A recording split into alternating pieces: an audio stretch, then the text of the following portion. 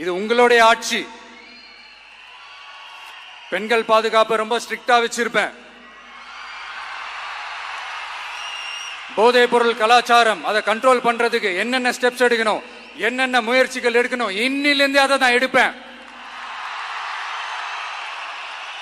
நம்ம பசங்களை அதுல இருந்து காப்பாற்ற வேண்டியது நம்ம அரசனுடைய பொறுப்பு. அதே மாதிரி சட்டம் ஒழுங்கு எல்லாருக்குமான பாதுகாப்பை நான் உறுதிப்படுத்துவேன். என்ன அவமானப்படுத்துறவங்களாகவே இருந்தாலும், என்ன கஷ்டப்படுத்துறவங்களாகவே இருந்தாலும், அவங்களும் என் மக்கள் தானே. நண்பர்களாக இருந்தாலும் எதிரிகளாக இருந்தாலும் 8 கோடி மக்களும் என் மக்கள் தானே.